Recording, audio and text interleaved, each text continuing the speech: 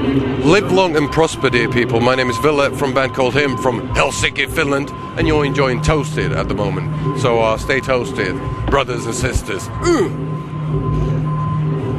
Thank you very much. Pleasure.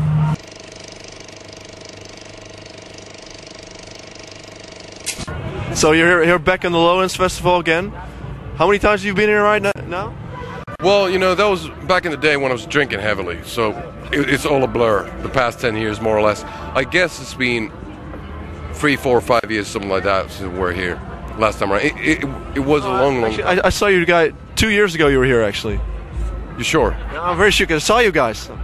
Sure, you saw us. Yeah, I saw you perform, so... Perform, like on stage? Yeah, on stage, yeah. How well were we performing? It was okay. I think you had a bad day. So I perform okay. Oh, that's good.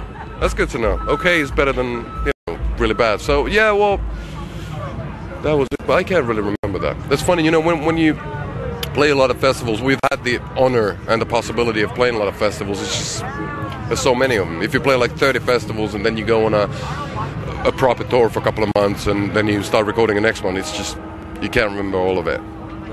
Well, that's like a shitty excuse, but I was trying my best. You don't have to excuse yourself. That's just the way it is. Just that, you know, I try to be a gent, more or less. Do you still enjoy it? Which part of it? No, you know, the forgetting part. Yeah, I enjoy forgetting everything. Dementias come bit by bit. Yeah, I do.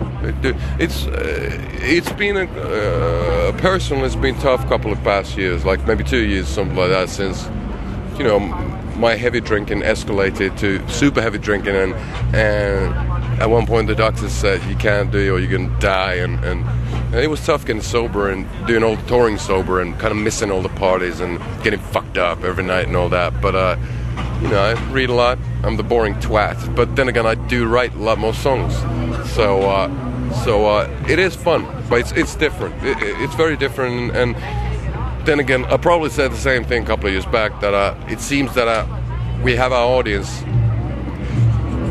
or the audience is so different from country to country. It could be that one album is really respected in, let's say, England, and not in Germany, and then the next one is appreciated in Germany, and nobody gives a fuck in England. So it's kind of weird. We're kind of like, we're like nearly a demo band in some country, and then we're like nearly superstars in one country, and that kind of keeps us dancing on the razor's edge, so to speak, and it makes it worthwhile. It makes it very challenging as well, rather than having everybody kissing our asses, you know. And then it must feel just a few is fine.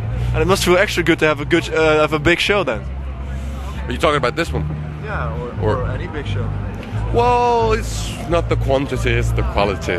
It's you know, playing gigs is kind of tough, since occasionally you get into a situation where the technical aspects are not working, or you get into a situation where you're just feeling like shit.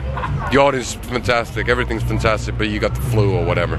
And, you know, it's a tough thing to get all the 5 members in a band and all our members in tip-top shape, and to be able to perform in a way that would be entertaining for everybody involved. So it is playing like Russian roulette with maybe 5 bullets instead of 1, so there's a lot of possibilities of failure, but we keep on failing so extremely well that we've learned how to cope with tremendous continuous pain. What's the worst experience you've had when you had to perform? Well, probably the one I just had.